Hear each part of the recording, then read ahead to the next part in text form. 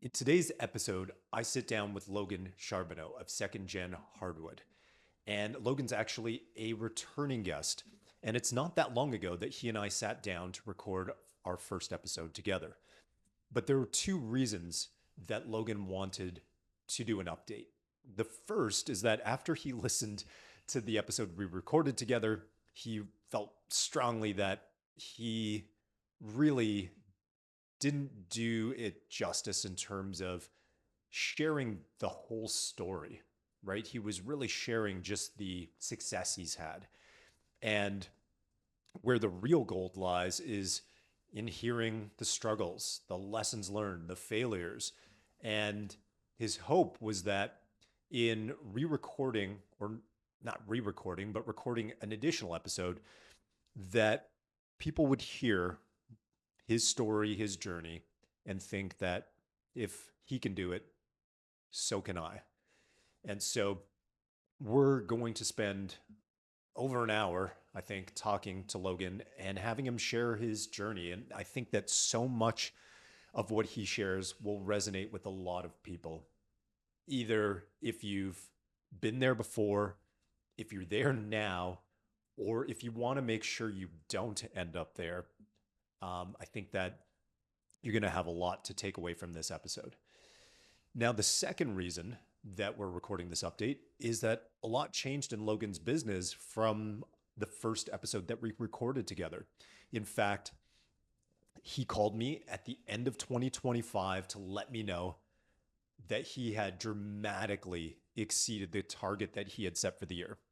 And in fact, from the time that we started working together, he had 4x'd his revenue in the business while being able to step largely out of the day-to-day operations of the business. And so we both thought it would be worthwhile to update that because it makes, this journey, his story, just that much more powerful. All right, guys, I hope you enjoy the conversation that we have. All righty. So Logan, we're back. We're back because the last time we talked, you mentioned that you felt like we left a lot on the table. We focused on where the business is now, a lot of the wins, but we really left a lot on the table in terms of, the early days, the struggles, the stuff that would give people a little insight into the story behind your transformation. And I Yeah. think you mentioned that's where you felt that there'd be a lot of value in terms of people getting to hear that from you. So, yeah, what kind of prompted you to say, "Hey, man, I really felt like we missed something there"? Honestly, I didn't notice until I listened to the podcast, but it's like this message of already having arrived, and not that we have arrived at our goals, but we have arrived at a place where we've worked on ourselves enough as a business to be able to see some of those positive um, things coming back to us.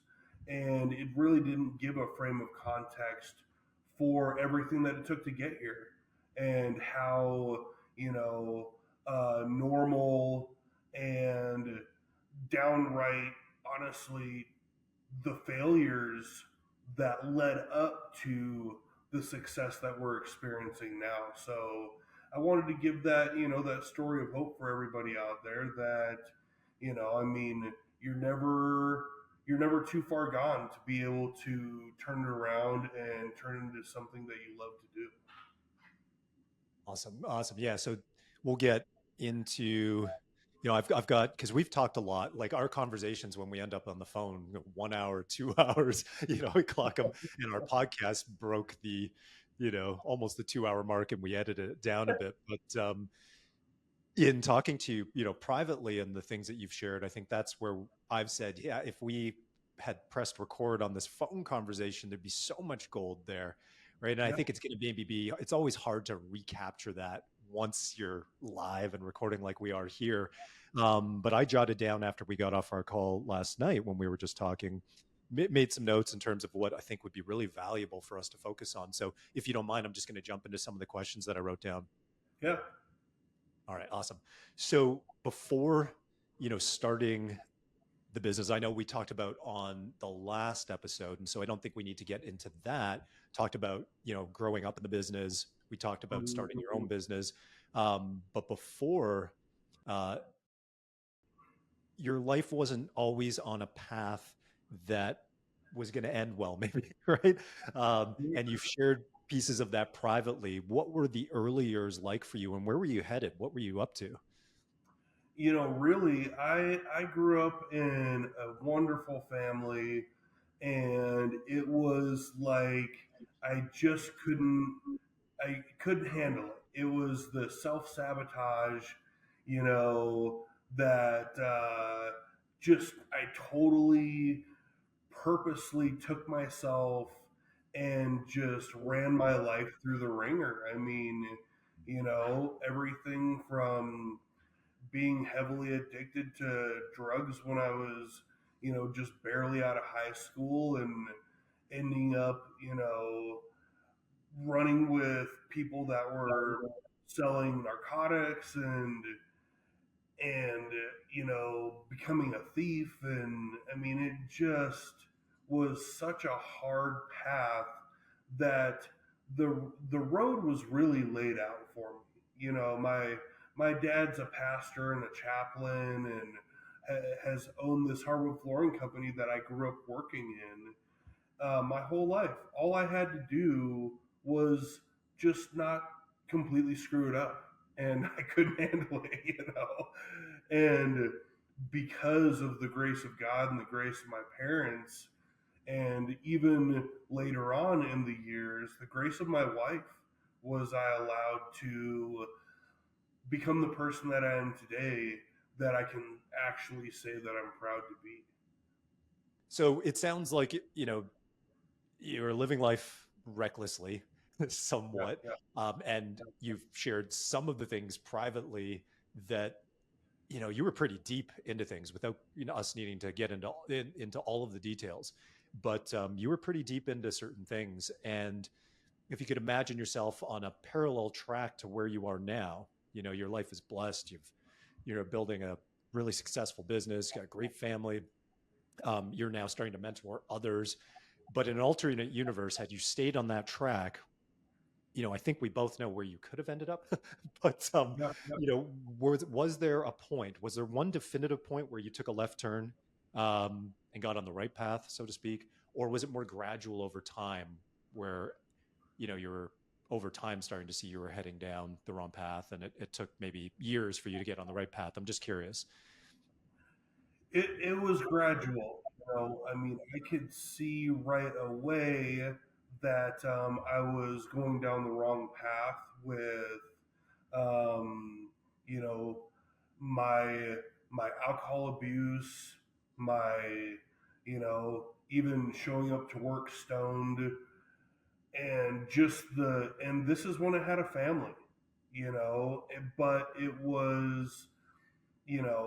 wasn't, it took years of seeing that and being unwilling to change before I finally hit rock bottom.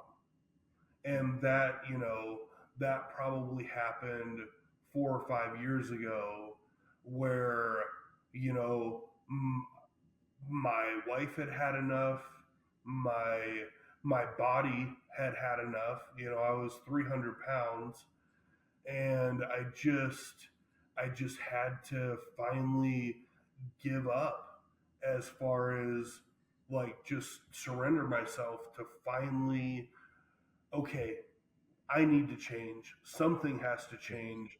Otherwise, really, the life I've lived, I there are some key choices where I should either still be in jail or I should be divorced, you Right. know. Yeah. Yeah, So, what you're saying, I think I was in a parallel track to you. So I think it was one definitive moment, but gradual, because you had just mentioned this. Each one of those points could have been the rock bottom for somebody else, right? But you yes. just, but inevitably you hit the final, and that's what it was for me. My wife had given me an ultimatum. My body as well in a different way, but couldn't hold a glass of water in the morning.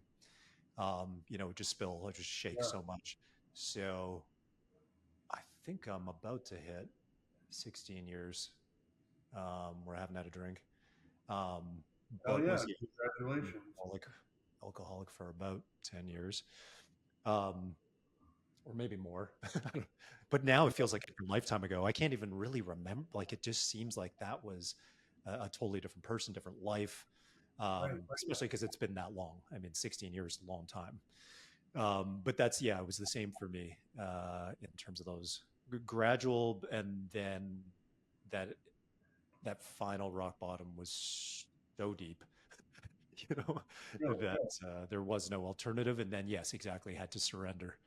Well, and I Exactly. think a lot of it has to do with, you hit that rock bottom, then you look at the people around you to see, all right, how much more can they take? And then Oh, yeah, yeah, do those I people. have to change, you know? And then you ride it out, and it's like, all right, I think I can get by a little bit longer doing what I'm doing. And then you Yeah, hit that next level, and you look at the people around you again, and eventually yeah, they're like, look, if something doesn't happen, then we're gone, you know? yeah, And yeah, yeah, that's tough. yeah, man. Yeah, 100%. Yeah. I'm sure that as we're talking about this, like a lot of people can resonate with with this, Yeah. for sure. It's a struggle that's very real. Um, if yeah, no, I know yesterday when we were chatting on the phone, we talked a little bit about like, hey, what do we want to get into that's different from where we stayed very surface level, right, on the last podcast. Yeah. Um, and one of the things that you said you really wanted to focus on was the the leader that you were. Maybe that's even a word that wasn't appropriate because it sounds like your style of leadership then really wasn't leadership, No. compared to the type of leader you are now today. So I'd love to hear from you in the early days of your business, or when you were working in family business, but you were leading the team. How did you show up? And if you were being really honest with yourself, what were your blind spots? What were the mistakes that you made?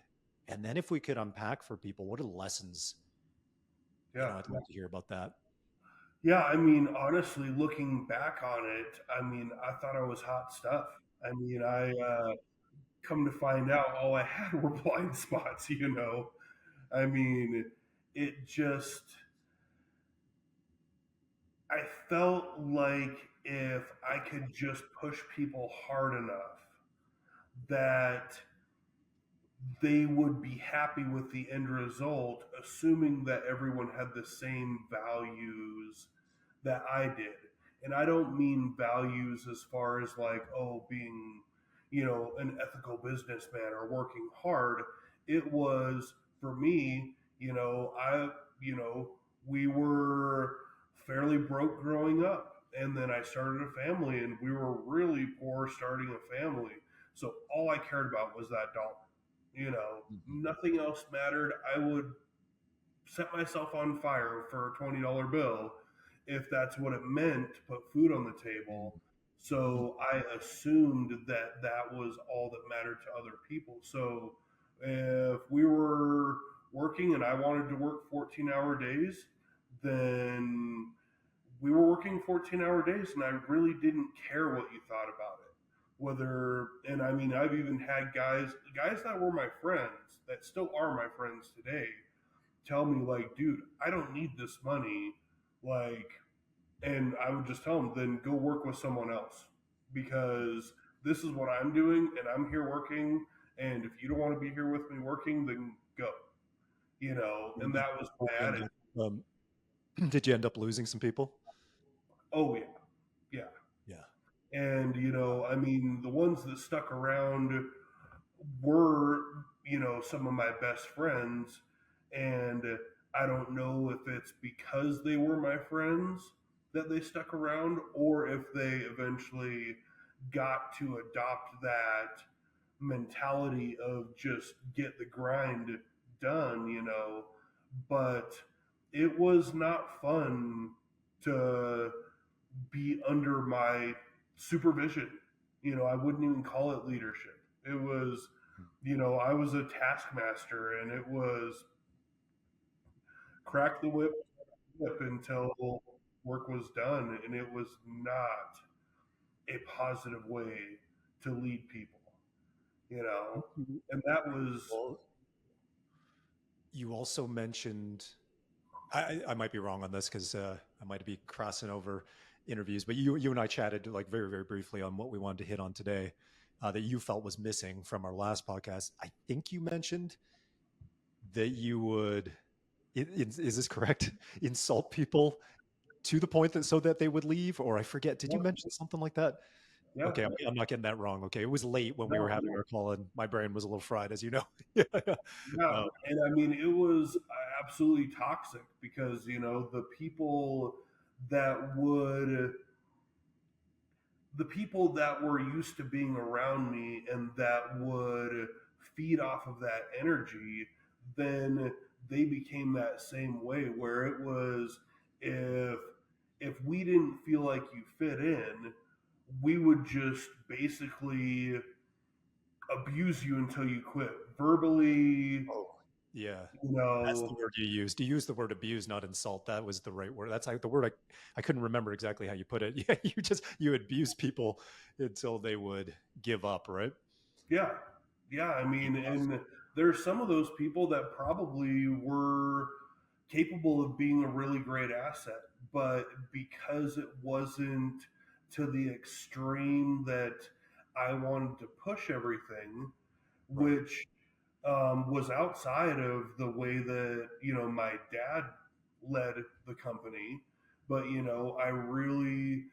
I always treated it as, well, someday I was very entitled, very Yeah. entitled. Gotcha. Someday this is going to be mine, and this is going to be how we're going to run it. We're going to run this sucker to make some good money. We're all going to work our butts off, you know.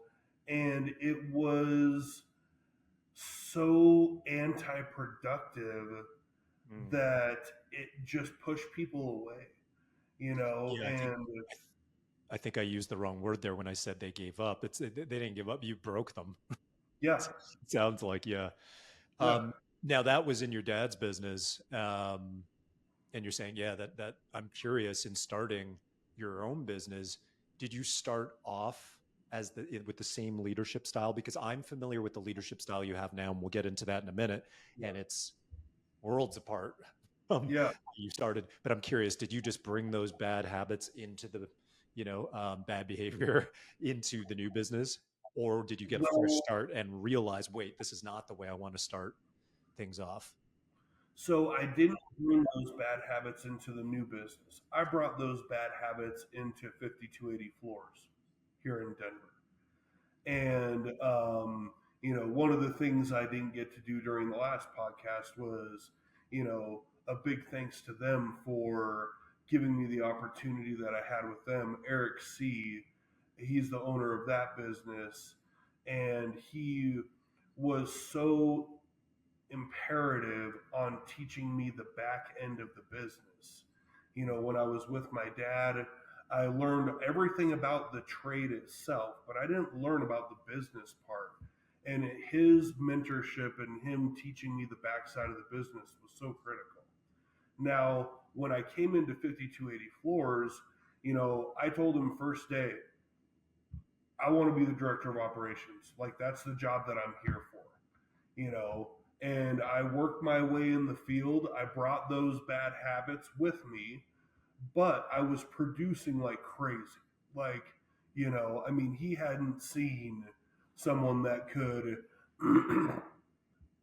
quite frankly, manage people into the ground to get an end result, which is, part of that. He's seeing this revenue and these jobs that are getting done well, and that's the part that he's seeing, but he's not seeing the pressure on the people around me that was really incredible, incredibly hard for those guys. In fact, three of my guys are people that used to work with me there, and they still talk about, man, I remember what it was like to work with Logan when he was a crew leader.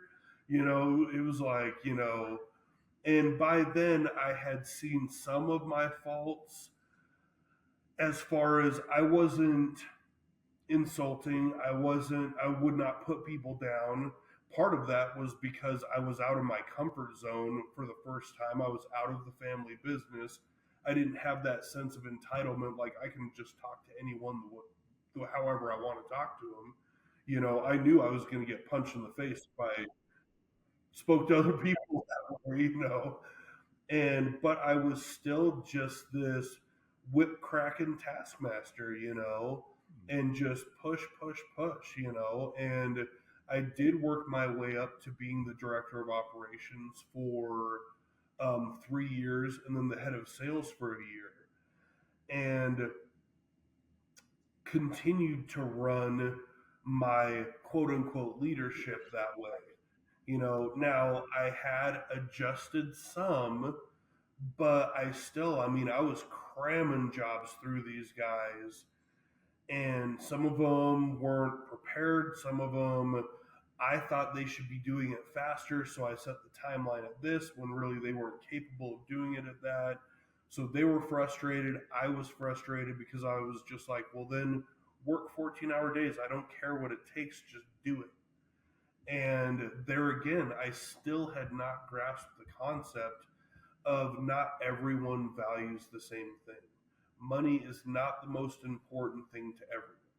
Now, for me, at that point, it still was. I was running my family through the ringer. I was working 12-hour days during the day and then an alcoholic at night. And it just, ah, it was Yeah. horrible for my family to go through. But Yeah. you know, so after Yeah. all of that, and I was eventually all of this came crashing down in you know, one kind of we had built the business. We really didn't focus much on building the infrastructure. We focused on building the revenue. And we created this fire that every job had problems. Every job had a pissed off contractor or a pissed off employee. And I still, in my mind, I was just like, man, what is wrong with these guys? Still taking no ownership of it.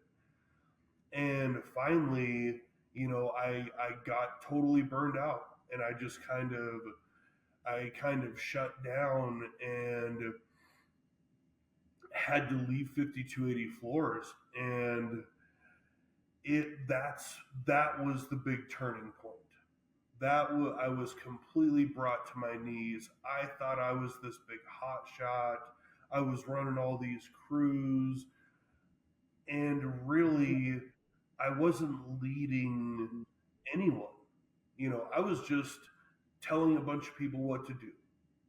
That's Mm. it. And I had created this environment where every single decision had to go through me. I did not empower anyone, you Mm. know, probably for fear of my own being able to take credit for all of it, honestly. That's good. And it got to a point to where it just absolutely crushed me. Finally we did this employee review, and I was so taken back by what everybody was willing to write down anonymously during this review. And I was just like, I was so blind to it. I was just like, what? Like, you know, how could they not see how great I am? you know? And it was just this egotistical driven mess that Yeah. I had this title in my head, and I thought to myself, look what I've done. Not giving the credit to the people around me, not giving credit to the owner of the company for what he had built with me. It was the Logan show. Right. And today you operate, as I know, extremely, or very, very, very differently. Yes, Um, let's yes. talk about that shift into servant leadership, and you know what uh, what sparked that, and how do you show up now as a leader for your business? So what sparked it was just like we said, hitting absolute rock bottom. I mean, my identity had been crushed. My sense of self worth had been destroyed because those are the things that I thought gave me value. Who I was what I did. So once that was taken away, I was just broken. Really brought to my knees. I mean, it. Funny enough, I even did Uber for 2 days before. Uh,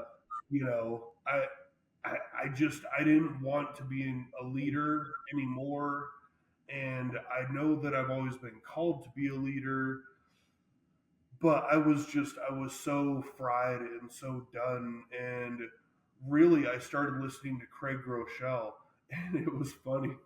The very first episode is the being able to identify the six worst leaders, and I could see myself in every single one of those six leaders, and it was just like, oh my god, like this is this is who I have showed up as for my guys, for my family.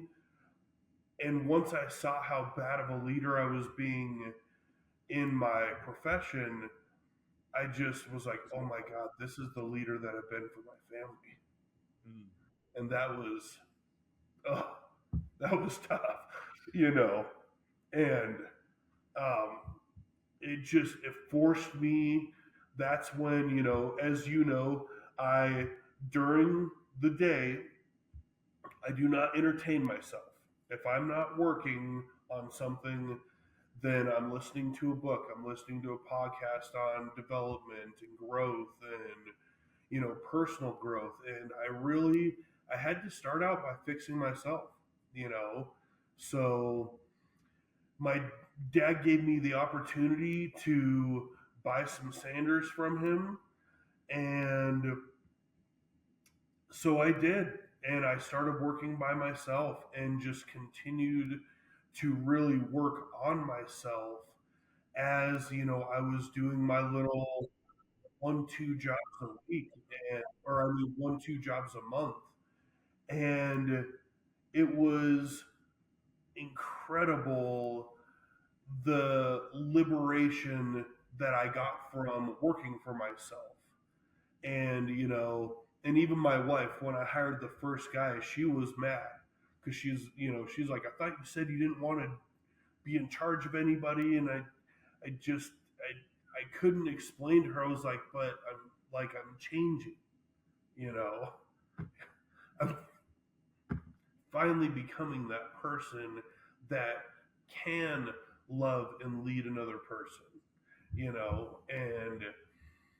and that has catalyzed into the last 3 years of the work that we've been doing, and really brought me to this point of, obviously we could talk for a couple hours on different leadership mentors and when and why, I followed certain people and how they helped me. But I mean, John Maxwell has been an incredible resource to really, that servant leadership, that concept of giving people what they need, so that way giving people what they need will help you reach your goals much faster than trying to get them to help you reach your goals, you know and that whole concept of trusting first. And yes, you're going to get burned sometimes, but if you try to run everybody through the gambit to see if they deserve your trust, it's going to take forever for you to find the right people, you know. And I'm not saying that everyone should do it that way, but you have to go out there and you have to trust people and love on them and help them develop themselves in order to find out who they really are and what they're all about. And you can't always be the skeptic holding the you know magnifying glass up to their life when the best gains out of my business have come from really working on myself. Yeah, just curious. Like, well, I think because you and I could do, we could do 4 or 5 episodes going into what servant leadership is. But I think you're turning people on to, hey, if they want to go check out, if they're not familiar with those names, Google them, go, investigate, explore on your own journey. Um, Now I'm curious as to how your team is responding to it. Now, I think the obvious answer would be like, well, yeah, that's great, right? Of course, people want to be served that way. But the other side of the coin that I would like to dig into there is, one, in general, how is your team responding to it? But then when you've got those people that aren't living up to expectation or standard, or aren't quite buying into the culture and the way that things are being approached, how do you still show up with that style of leadership and ideally get the result that you want? And when I'm saying result that you want, is you are still running a business, right? And Yes. there are still needs, demands, realities of that. So I'd be curious about that. Yeah, I mean, really, the best tool has been to honestly treat everybody with the same respect and the same attention, whether they're really buying into the leadership part of it. Not pushing someone out because, I mean, if they do good work and they're trustworthy and they communicate well and they treat people well, okay. And I've made it very clear that, without going through this leadership part of it, that you won't ever be in charge of anything that second gen has. I think You I should, will, just like get you to sort of share a little bit about, because I know that I know what you're talking about, but yes, you have an intentional sort of pathway and you want to that's, enrich and pour into. And so that's what you're talking about in terms of not your leadership development, but actually the development of your team. You want to pour into them and elevate them and provide yes. them with a lot of the tools that you've been exposed to. And surprisingly, that's not for everybody. Like you would think, everybody would want to, you know, Yeah, gain. you would really think so. I mean, I think that everyone is really on their own journey. I feel like I was blind to a lot of the people around me for a long time that had some of that juice, and it's like, man, I don't know what it is, but I want to be successful like them without connecting the dots that they had worked on themselves, and it wasn't just that they were a good businessman or woman, it was that they were people that had invested on improving themselves to be able to be a better human being, you know and then that trickled into their marriage and their business career and all of that. I really saw it like results first. And so I don't, our goal is for second gen hardwood not to be a job. It's for it to be a career where everybody gets to grow with the business. And what that means is that no one person has to stay sanding floors for the rest of their lives. Our industry is a pile of 50, 60-year-old men with busted up knees that are still trying to do that one more job and that one more job. That's where it is just a job. You're going to burn out and you're going to have to go find something else to do when your body isn't going to let you do this anymore. There's going to come a time when you just won't be able to do this, you know, and I've seen it tons of times. And I want to create something completely different where there is a path forward to be passionate about, where, we can have guys that are in charge of training, guys that are in charge of project management and estimating. And I really do want those people to come from the field, you know, and grow with us organically as we expand as a business, because those people are the ones that can carry your culture further as you grow.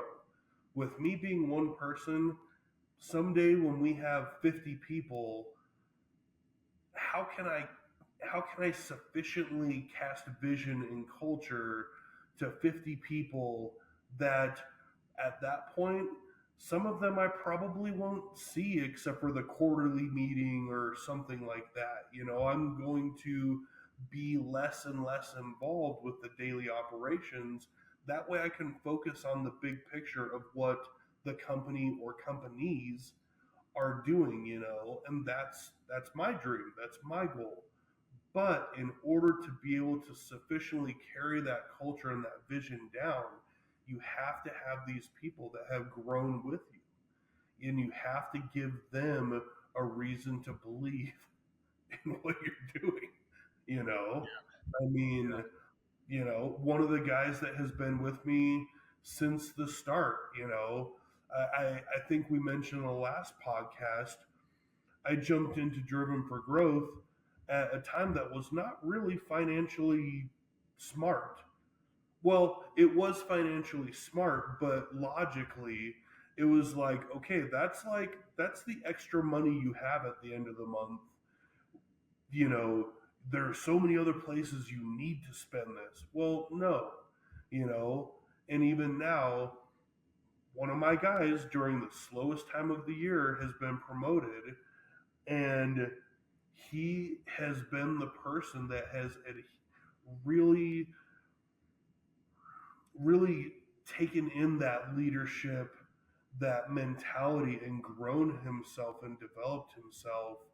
And it's just been amazing to watch him grow. And it was so amazing.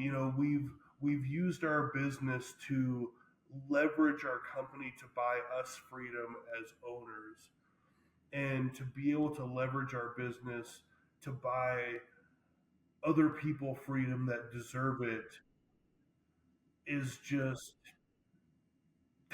that's where it's at. You know that Yeah, that yeah. fills my heart for sure.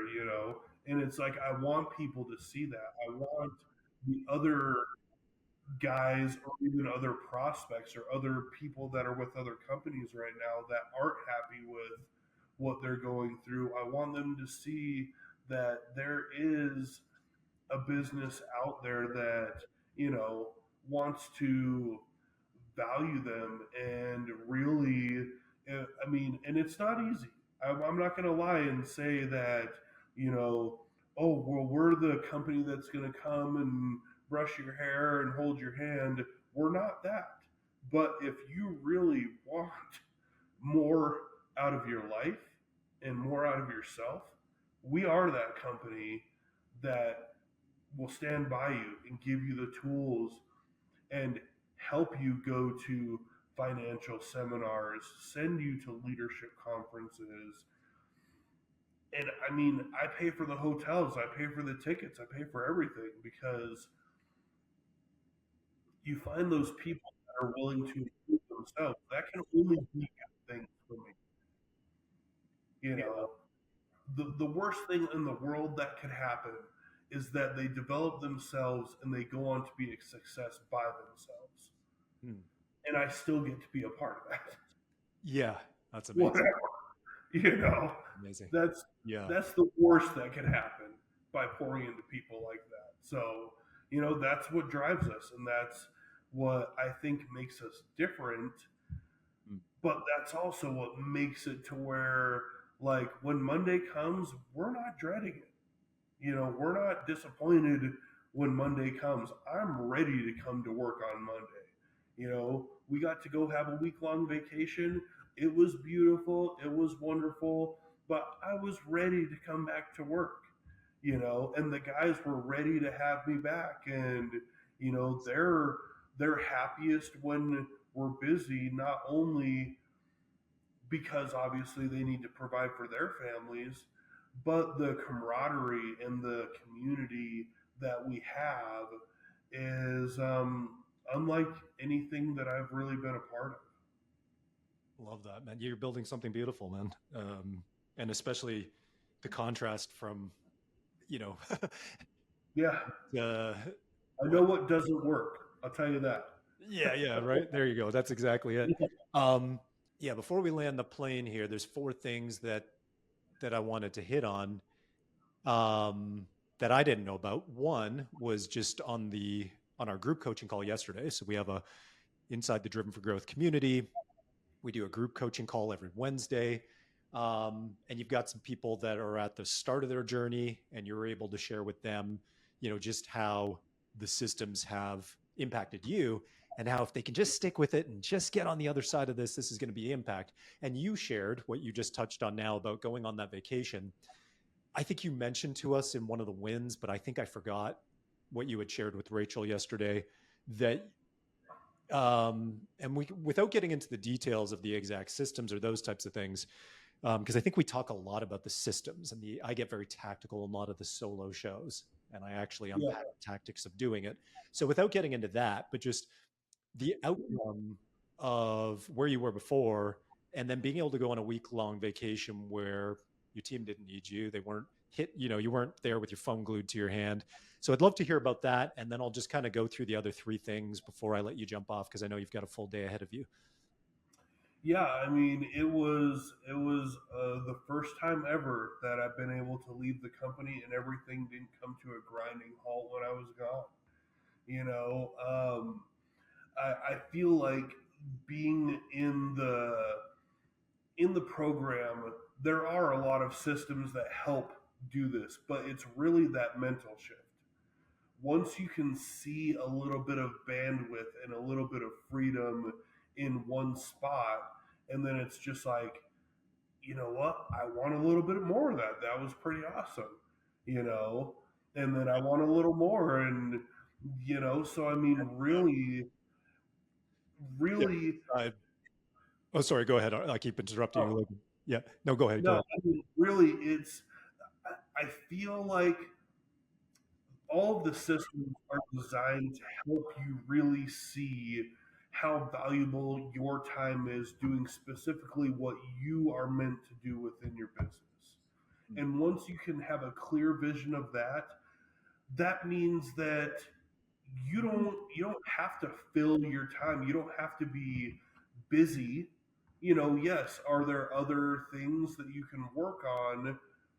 Yes, but the things that don't need your attention, don't go back and reslay that dragon after you've already passed that off to someone else. Yeah. That means that you get to be even more impactful on your business.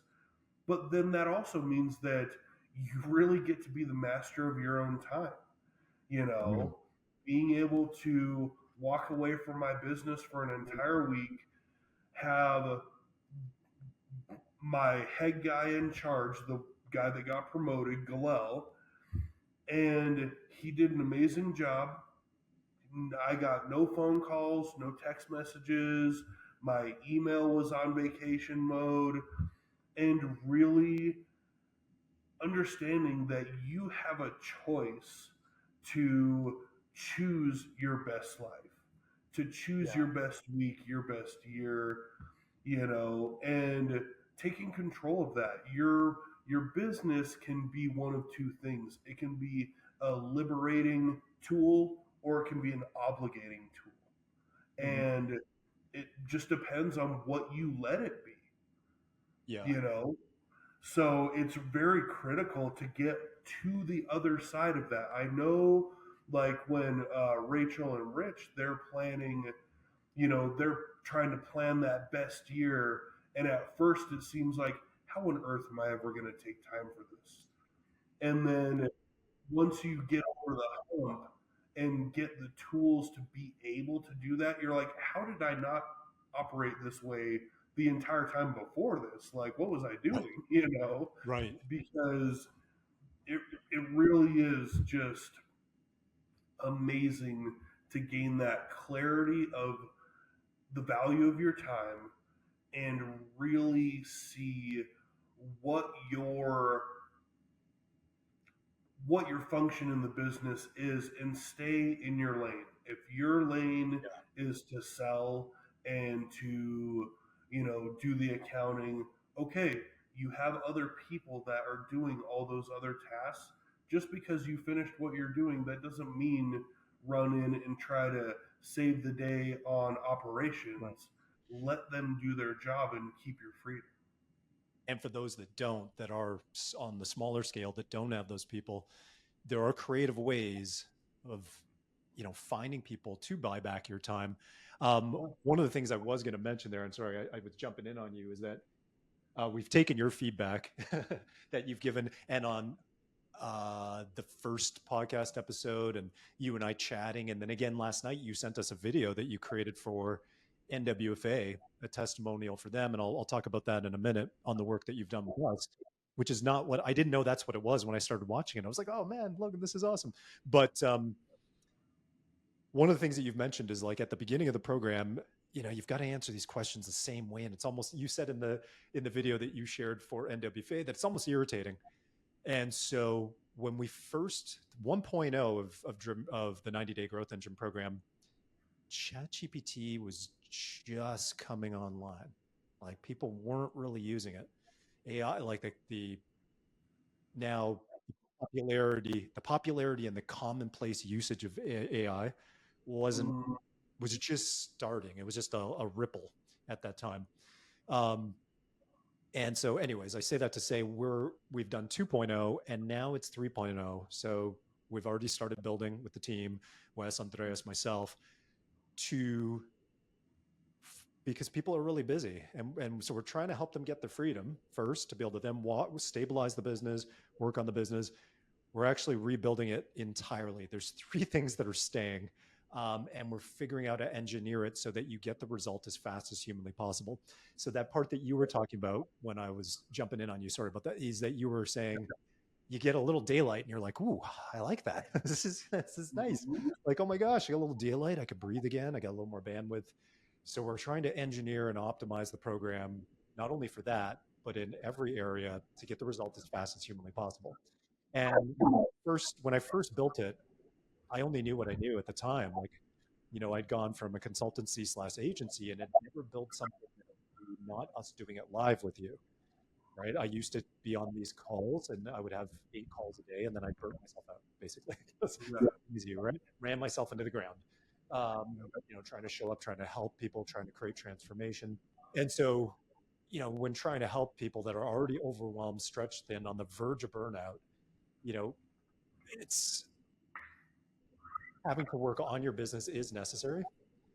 And in the past, it required more work. And so the new version of the 90-day growth engine program, which will be 3.0, will take, I hope we're aiming for 1/4 the amount of time, you know, Nice. possi- possibly less, with bigger results as well. So that's always, if we're going to do it, because I don't want to do it again, I mean, 4.0. So may as well set the bar high, Right, really high. I mean, we will do it again, but not like anytime soon. The world's going to change, the market right. needs Don't need the iPhone 16. exactly right. This thing will be fine. Not fine. This thing will be, absolutely game changer, which it already is, but it'll be that way, and I don't have to go back and retool it again. So I'm really excited for that, and because I know that people, that might just come across this episode will be like, "Oh, look, that's a great podcast. Let me go listen to the first one."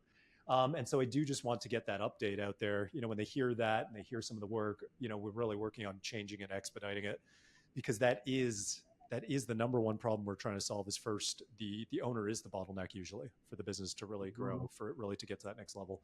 And then one of the things we're changing in the program is, at the forefront, we're going to put solving the number one bottleneck in the business, um, which you can imagine how hard that is to do at scale, right? If we're working one on one, okay, we can work with one person and figure out their bottleneck, diagnose it, but how do you scale that across, eventually doing, there's been seasons when we've been working with 10, program members at one time. How do you, scale that and be able to solve all those bottlenecks at the same time super fast? Hmm.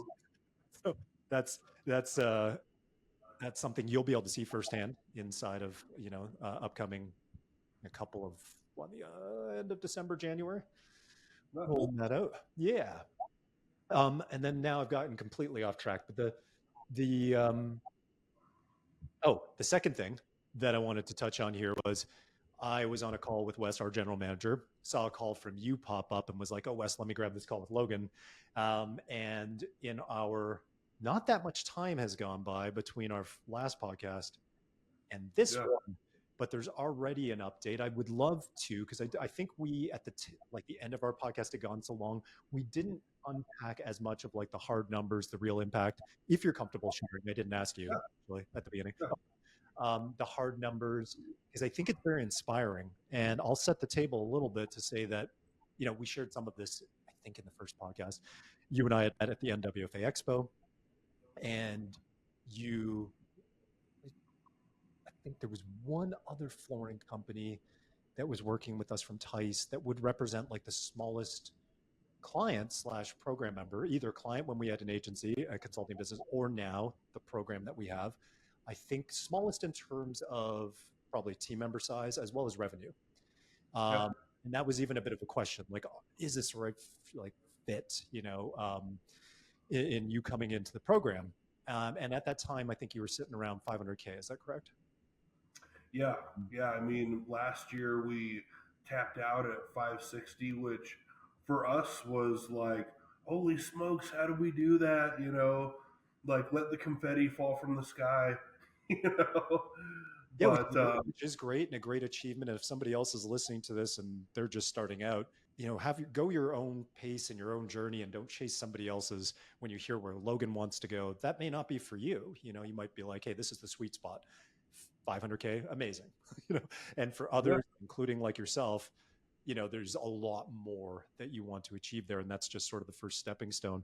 But you had called me and you let me know the news of saying, hey, you're just doing like the end of year looking at the numbers.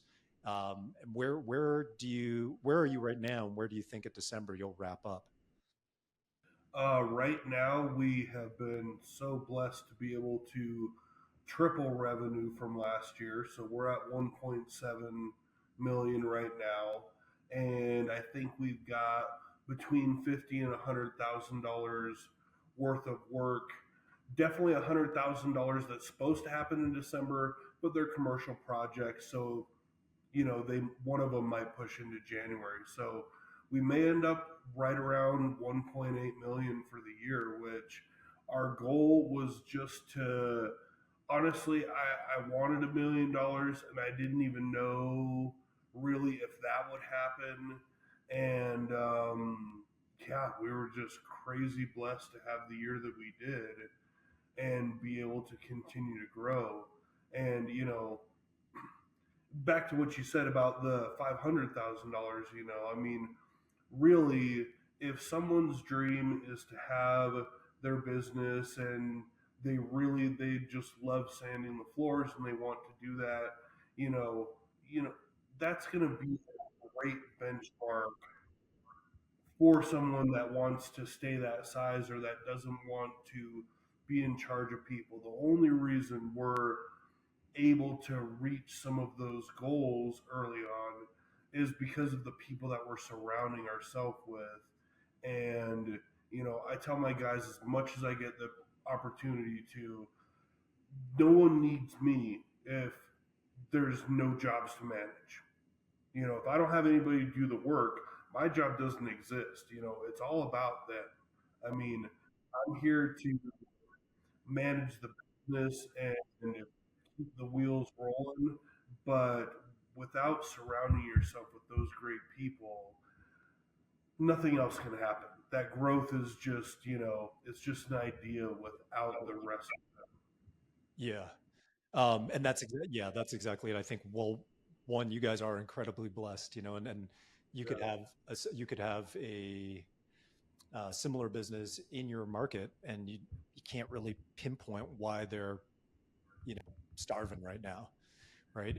Because a lot of people, and we've worked with clients where we've had, well, not directly at the same time, but they're within 100-mile radius of each other, right? They're in the same market, and you'll have one person just saying, "Oh, it's the market. Everybody's price shopping more. Like we can't like get any projects we're thinking of closing." And you got somebody else 50 miles away that's like, "We're booming right now," right? Yeah. And again, whole other show on what they might be doing differently. Um, but team is such a big part of that success. There's other things that you're doing. Um, Self-serving here. I'm gonna Yeah. ask a question here, but it comes from which was a surprise. And again, I thanked you in text message, but I didn't know what the video was that you had emailed us, and I never did really ask what Wes of from the NWFA had reached out about you doing a video. He had emailed me and I saw it and I was like, "Oh, that sounds great," but I didn't really know what was going on. So just for the listeners, if you do have a hardwood flooring business and you're not an NWFA member, go check them out. Don't hesitate. Extremely affordable membership for just a shocking amount of value. The amount of professional education resources that they have put together is second to none. So that's first off. If we're talking about this and you're like, what is that? Then go explore that. It'll be probably the best decision you make, for 2026. Um, Now, that's where Logan and I met at NWFA Expo in Charlotte. Following that, had the privilege of producing. They asked me after that talk to be one of the first. So there's Matt Garcia, who's done a great course for them for their competitive advantage series. So they've got a whole university, and then they've got this new series that they're producing called the Competitive Edge. So yeah, and for example, Matt Garcia with his performance-based pay model is a whole course in there. Again, very accessible for people to get into that. And I had the privilege of producing one, and we just wrapped that up. They just put the finishing touches on it, and it's about breaking breaking the owner bottleneck. Really that aspect of where everything runs through you're trapped, you don't have that freedom, and your business has become more of a job with payroll.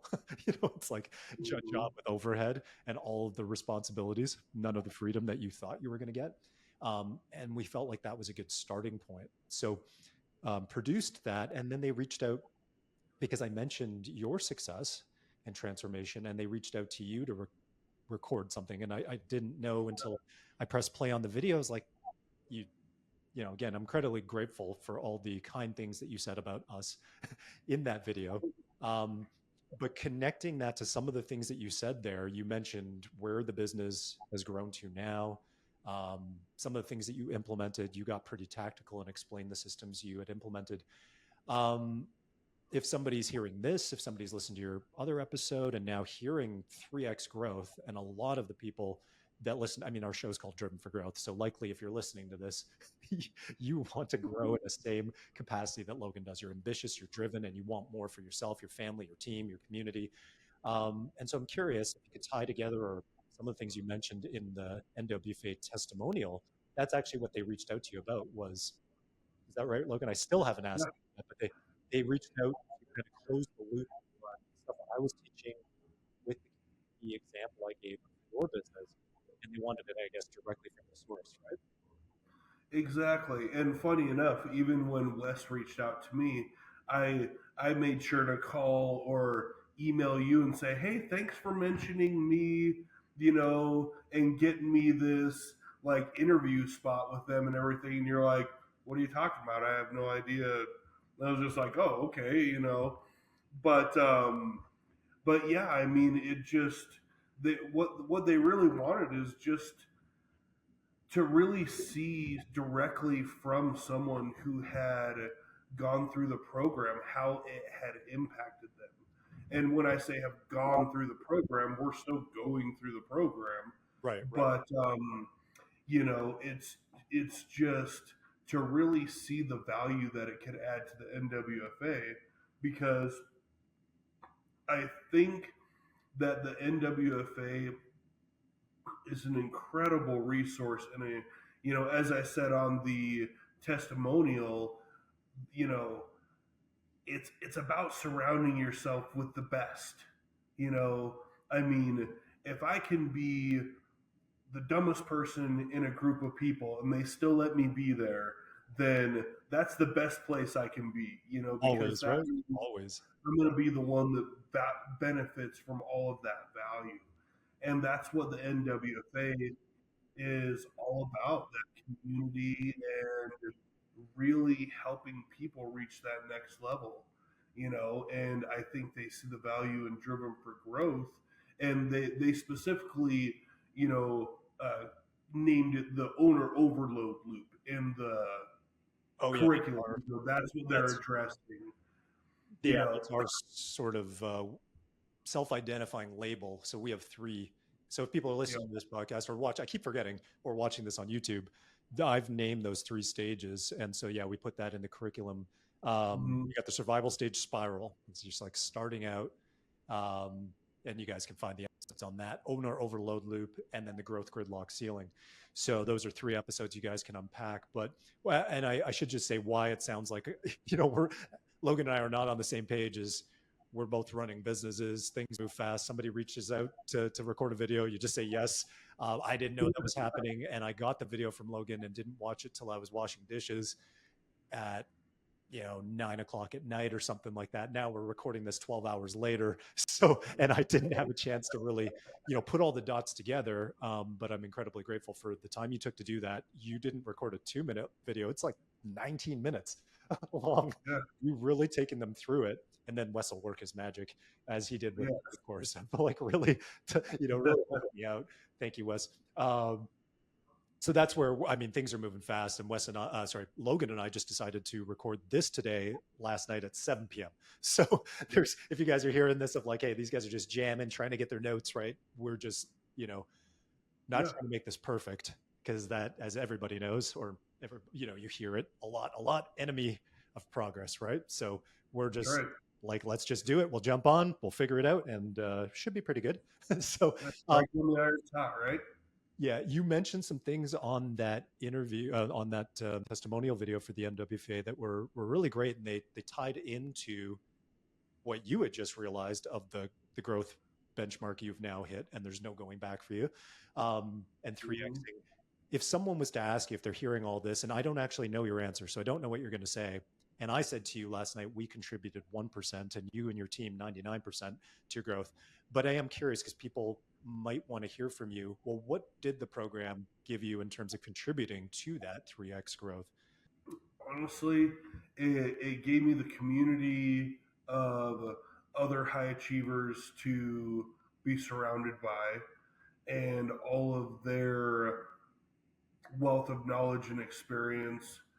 But the program itself specifically helps give you the frame of mind that you can think about your business and be excited about growth and not dread the growth. You can plan for growth. It helps give you clarity on how to move into the next year, knowing what moves you should take now, knowing that you can, in fact, do those things next year that you're preparing for, and not just throwing stuff at the wall to see what sticks. Because Mm, without all of the information, without the mindset shift and the help to identify these different tools that you can use, um, you really are just out there like a ship without a rudder blowing around, mm, waiting to see what happens. And then you try to react to everything as it's happening to you, good or bad. mm, And a lot of times owners see that and they say, I'm already about ready to pull my hair out right now. Why would I want to double this? The money's not worth it. right. And the program does help to systemize that part of it and help you understand that you can have the growth but still have your life and have it more abundantly, Nice. in Yeah. fact. Because with Yeah. that growth comes the infrastructure. Mm. The growth doesn't mean, okay, I still do the accounting, I still manage the field, I still do all the sales. The growth means that you expand, you delegate, you get people in these positions. That way you can pull yourself out of the daily inner workings of the business to really do what you love. And most owners, what they love is they love to think about what's the next move. How am I going to grow the business? That's I really believe that's why we all got into this, and that's a big piece of why I wanted us to do this podcast to help people see that if someone as messed up as me can do this, then you know everybody deserves to have the things that they're willing to work for. Yeah. I mean, I think we get so caught up sometimes with imposter syndrome that we kind of self sabotage ourselves in situations, and then all we can see is the downside of growth, when really, as a business owner, we none of us got into this because we wanted another 40-hour a week job. We all wanted a form of freedom, and we all deserve to have that. Yeah. And it's so much, no, make no, have no illusions. It's far harder than it seems when you first 100%. start out and think, oh, this will be better than working for somebody else. This is going to give me, because I can make the decisions, I can make my schedule, I can all of those things. And I will say we didn't start that way. So when we were agency and consultancy, we were primarily focused on growth, hyper growth, and we fell into serving the owners in what they thought they wanted, which was growth yesterday and as much as humanly possible, and Mm-hmm. really, really good at that. And then we only got into the system side of things, of being in my background of having been like a regional operations manager for multi-location businesses with like hundreds of employees. But that wasn't a skill set or background I thought I was going to really bring into my prior business. It just became a need out of, oh my gosh, you guys helped us 5x and now everything's falling apart. And actually them being like, hey, we need to cancel working with you unless we fix this. And then me being like, wait, just I can help you plug these holes. I can put these band-aids there. Here, do this, do this, do this. And honestly, that was like 4 years of our business. To then when I hit burnout, because um, not to get into that too much, but I think Logan even mentioned I think you mentioned on the previous podcast a little bit, but we really care about our clients. And so much Yeah. so that I overly invested myself and over extended myself in areas that were out of scope in those, you know, prior engagements, to the point Yeah. where I felt so responsible and cared so much that I really took on too much and burnt out. Trying to really like save businesses or, yeah, all those types of things.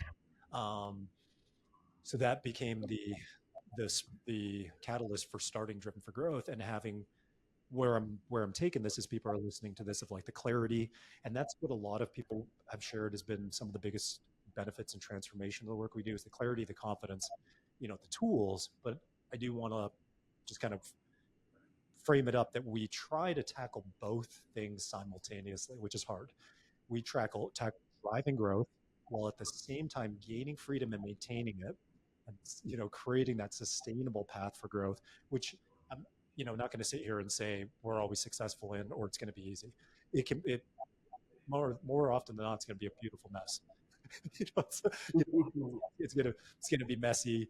It's gonna be hard. It's going to have some things that don't work out, but that's what we're trying to do. And I think depending on the work that people put in, they get out of it, what they put in.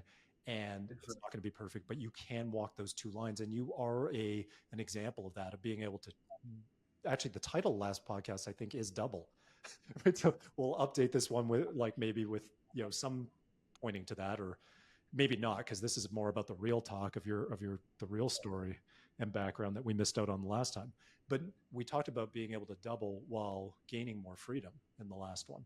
Right. This time actually Well, and tripling at the end, but gaining more freedom and it not being what everybody thinks it would be, is it would just 3x problems. exactly. And, I mean, really, as you and I both know, when you're the owner of a business, a lot of the time the bottleneck isn't your ability to make decisions, it's your ability to be disciplined to your own self. There's no one else to tell you to nobody tells me to get up at 4:30. you know Yeah. Nobody tells me to make time to work on my business. And, one of my other uh, friends, he started a business around the same time I did, and we always talked about this concept of the hardest thing is that there's nobody to call you on your crap. And if you're driven for growth is no different. If you're thinking about joining the program, really, like you just said, you get out of it what you put into it. If you are willing to discipline yourself, because there's nobody that's going to hold your hand and make you press the button and make you do the things that need to be done. If you're not that person, then you won't get the maximum benefit from it. And but man, if you can, you know do the things that need to be done, really being given part of that pathway and then continuing to work on yourself, Mm-hmm. it feels like the opportunity is almost limitless. It's like, where do you want to go with it? Right. You Yeah. know, And you would say, so in that, because the tools, and I know we're kind of ambiguous here, so people are like, Logan keeps talking about tools, and again, you can just scroll down as you watch or listen to this, and you'll find a lot of the early episodes where I don't have any guests yet because I'm still learning how to podcast.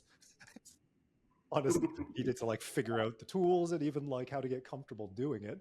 I'm comfortable yeah, coaching in front of or speaking for a large audience, but when you're in a room by yourself and you're just talking to yourself, it's a weird place to be. So I got those reps in, and what I did is I unpacked our entire system in the first 7 episodes, so people can go into that because we are a little ambiguous with the tools. But I do want to say that you were even on the coaching call yesterday, so it isn't. I want people to hear this and not go, "Oh, it's just about knowing what to do next," and you've got clarity and you've got time. um, we're really helping you to systemize, reclaim freedom of what ownership means to you. Logan mentioned like building your best year ever, and that's because our first system is to build the business for freedom first. mhm, um, and what that means is you should really know what you want your life to be, because a lot of people that come to work with us are at a stage where they don't know anymore because the business owns them. It dictates them what their schedule is, yeah, which is all day, all night, and on weekends, and everything bleeds into everything, yeah, right? And so then once you've got that clarity, then you build your business around the life you want. Now in 3.0, we're going to shift that a little because we want you guys to get results fast, fast, fast. And Logan knows that in the 2.0, we get you to do a lot of introspection, a lot of questions, a lot of like soul searching, and then results. So we're changing it a little bit now. As results fast is what is just the world we live in, right? yeah. People have very little patience. So but I do also want to let people know that we've got these turnkey systems that do take work. And Logan is now benefiting from that, and even his sales team is going to benefit from that. The B2B system. I'd love for you to talk about like how you see the B2B system, and you haven't implemented the marketing machine on the retail side for like capturing more Mm, homeowner projects yet, but you've been in the coaching calls to hear us talk about, you know, how that works. If you can just share a little bit, you don't have to get into too much, but just in terms of 3x in growth, but how you see for 2026, which knowing you, your goal probably has changed now because you're like, well, if we can, I wanted to double every year, but now, no, I'm just kidding. you never know. I Yeah. mean, you got to keep it somewhat unattainable. That way, it just keeps you driving. You Right. know, And if our goal wasn't so high, a million wouldn't have come as quickly as it did. right. Exactly. Exactly. And if you get 70% of the way there of a crazy ambitious goal, you'll be happy. Um, Exactly. and so what would you say though, in terms of like the impact to 3xing in terms of using the B2B system, and how you can see the two systems from, what you understand of the marketing machine for retail that you haven't implemented, just being able to really give you that confidence to go into 2026 with those ambitious goals, knowing that you're not just relying on, the current builders to send you new jobs or Mhm. referrals. What does that give you and your team? Well, honestly, it makes me pretty excited because really we've just kind of scratched the surface with the B2B systems. We've got them implemented. They're doing what they can do all on their own, which is still producing results. But with just a little bit of effort, we can really maximize the way that all of that is working and really start to use our CRM and getting these salespeople in the flow of everything. And so it excites me because it changes the way that I've traditionally thought about marketing as a hardwood floor company. You know, it just gives me so many more tools, so many more options, such a bigger net to cast essentially over my market, and with quite a bit of ease too. So I'm really, really excited about, you know, during rounding out this year. Of course, this is our slowest time of year between Thanksgiving, Christmas, and New Year's, but really maximizing that time to get these dialed in and start using them to their full potential. Hmm. So that's, and then actually start using the retail, because now we can sell just material as well. Now Now that you we have have it, yeah. Now you have a exactly, we have showroom a and you showroom.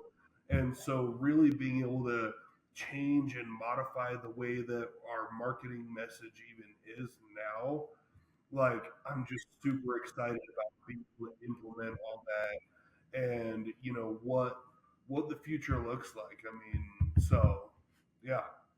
awesome. Yeah, I think that's because it's such a big unlock. I mean, so many companies can't get their marketing to work.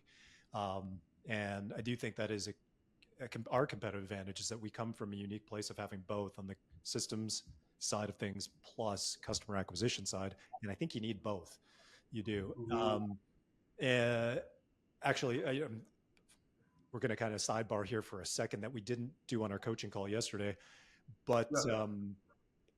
just you asked a question on the coaching call in terms of focus for sales. I didn't include this, so I'll just include it now while I have you. But I would, with the B2B system, I would now hyper focus in on sports flooring category, right, for specific prospecting there. And that system can actually go keyword based, right? So the companies, prospects that you're looking at that showcase in their portfolio or have on their website that they do um, get those types of contracts, for example, or you basically being able to validate that that's your ICP. What we're talking about to people watching or listening is that we have a system that people can follow our playbook to find the total addressable market of their ideal customers, which in Logan's case is like designers, sorry, builders, contractors, my bad, builders, Yeah. contractors, and, you know, in 2025 launched the sports flooring division. Now, does he want to just rely on some stuff being fed to him, wait too late in the game for sports flooring season in 2026? No, right? You want to be in the driver's seat with that predictability, and you want to start because you're going into the slower time.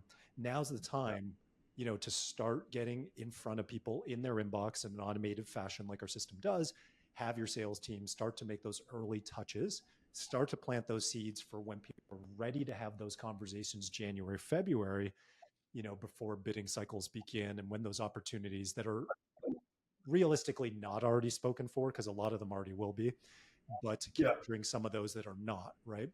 So I would Hmm. recommend that you guys do that as well. And so just for anybody listening um, or watching, that a turnkey system that you can follow to we've had multiple clients generate, seven figures from something that's automated. And what Logan's going to do is now go beyond that. Which is great, not just relying on something that is automated, but go in there and do the hard work, to double down to really get things to go that next level. That's awesome. So I think that just to kind of, yeah, I've got something I'm going to throw a curveball at you, Logan, at the very end, which is to do like a rapid fire hot seat. You didn't have that last time. So All right, I'm bring just it going to on. was at you. But I would say if you could give one message before we get into the hot seat, if another owner is watching or listening to this and they're in the same place you used to be, maybe not those early in crazy days, but they're in the same place you used to be, overwhelmed, doing everything themselves, trying to push through on just, sheer will, what would you want them to hear from you? Honestly, that if somebody like me can make the changes and have the freedom that we have paired with the success, you owe it to yourself. You owe it to your family. You owe it to the people that work with you to make the necessary changes and get your freedom back and really run a business that you love to run. Because otherwise, what are we out here doing? We're taking all the responsibility, all the risk in the world for something that at some days, if you're honest with yourself, you look at it and you hate it. Hmm, So you deserve to have a business that you love to run. love that. All right, are you ready, Logan, for rapid fire hot seat? All right, I'm ready. This will be the first time on the podcast. We'll see how it goes and if we keep that on other episodes as well. Um, if you were to just be able to give this in a sound bite, right, keeping them short and sweet, nice and tight, Yep. because I know you're a wealth of knowledge and you're listening or reading a book a week. So if this first question you could give a sermon on, but what would be your biggest leadership lesson learned in 2025 this past year? And we're in December now, so Yeah. Um, Biggest leadership lesson would be delegation and empowerment. yes, You really underestimate what other people around you are capable of if you give them the opportunity and the tools. I love that. I love that. One system you'd never run your business without now. Probably the B2B system, because we are designed, our main focus started out as catering to builders and contractors and commercial GCs. So we will never run without that system going on because that really isolates and targets that crowd of people. Awesome. Yeah, I'm glad we've talked about it a little bit in coaching calls, but I'll just drive it home for you. Never take your foot off that gas. 5 years those things have been running for other clients that run them, and because people think, oh, they've seen this stuff already, right time, right place, right need. If they're not working with you, they are working with somebody else, but that person may retire. That person may just have dropped the ball a few too many times.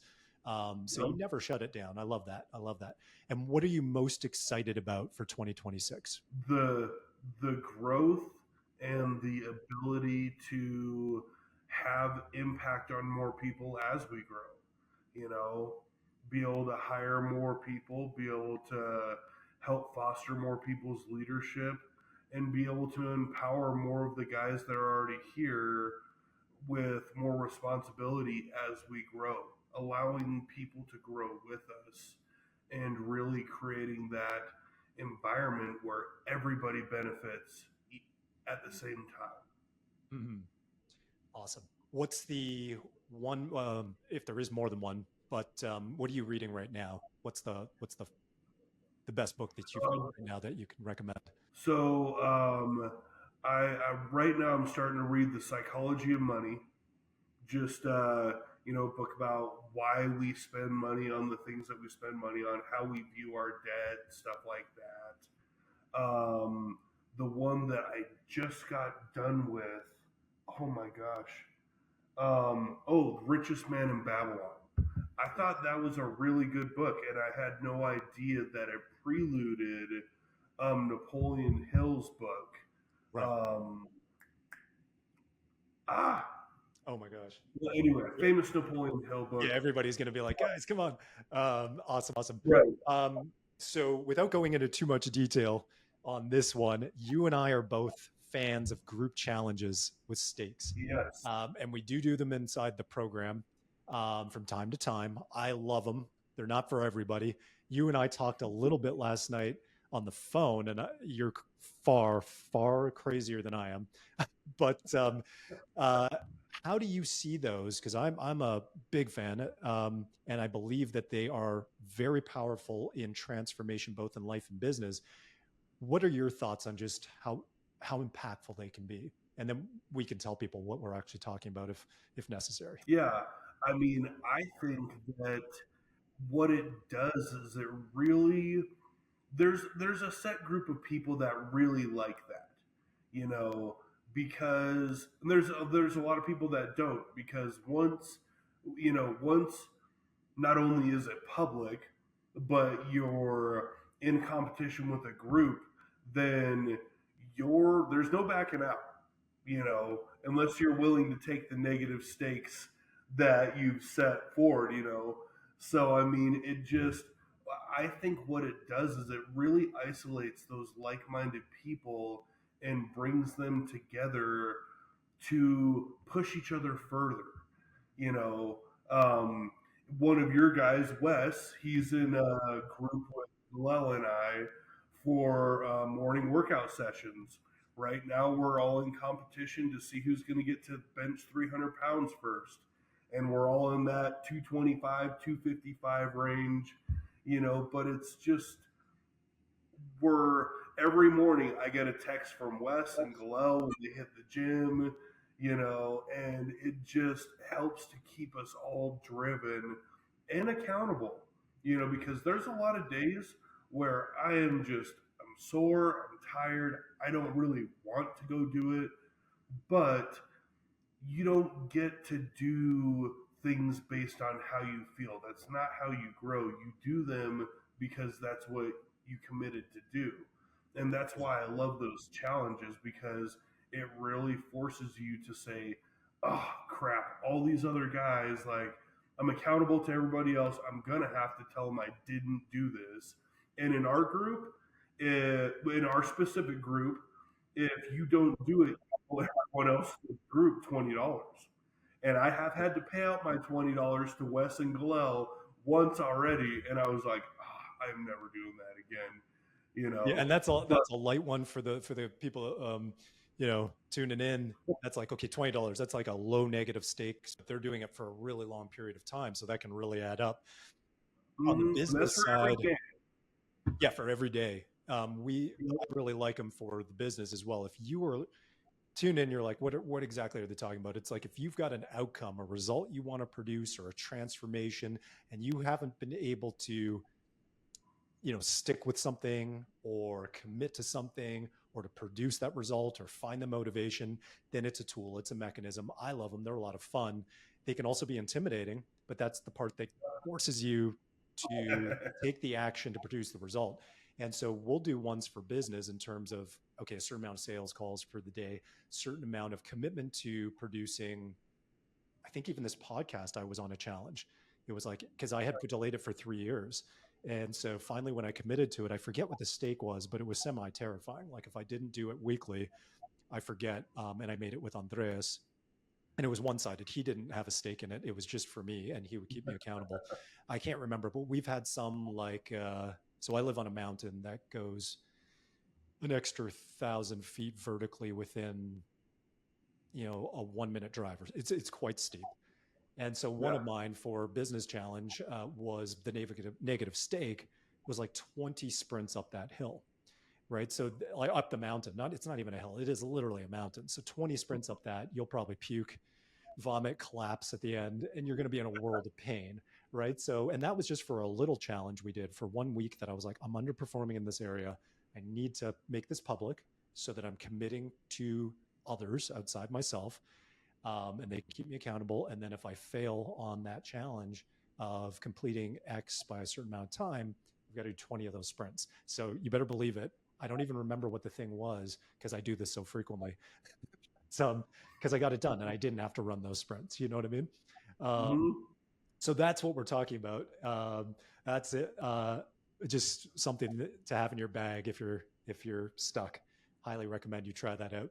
Um, And the last question, Logan, I know we caught this on the last episode, but I'll ask it again because people are listening to this and they might be thinking about, hey, I've listened to all these episodes. I'm curious about the program they're talking about, curious about joining Driven for Growth. If you had 20 seconds only, or 20 or 30 seconds, what would you tell them about your experience? What would you say?